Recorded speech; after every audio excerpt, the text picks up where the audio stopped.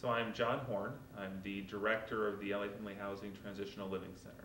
Our goal is for you to, come here, save money, move out, and get your own place. There's so many things that makes people become homeless, so many issues or unfortunate events. Most people, are individuals just down on their luck.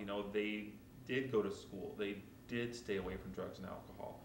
They just hit a rough spot and they did not have a personal safety net to fall back on. Any person out there that is working is one check away from being homeless, and it can happen to anyone.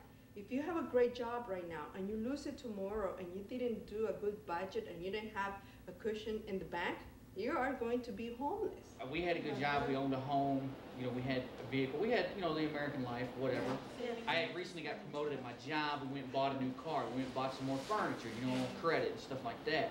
So basically, when I got laid off, 2 months later, there's 6,000 people got laid off from the company. It's an international company I work for. It took like 3 months for me to find another job, but by the time that happened, we were 3 months behind in everything. When we first came to the United States, the work authorization process took actually 6 months longer than I thought. So I ran out of the money that I had saved for us to be able to wait before I could start working. I was a victim of the earthquake where my apartment building fell down and I had to move in with my parents with my wife for 6 months after the earthquake. So I understand that you can have things just completely turn over.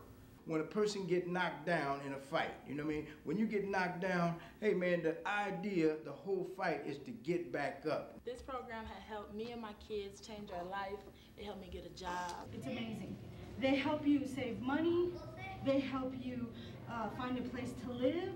They help you get into the place. They gave me the opportunity to be able to get on my feet pretty much and get into a place. It was a perfect fit for us. Because we were gay, they accepted us as a gay couple. They want you here if you are positive, hardworking, and trying to get on your feet. So that's why you see positive people here. You won't see a bunch of slackers. If they need employment, we have an employment specialist.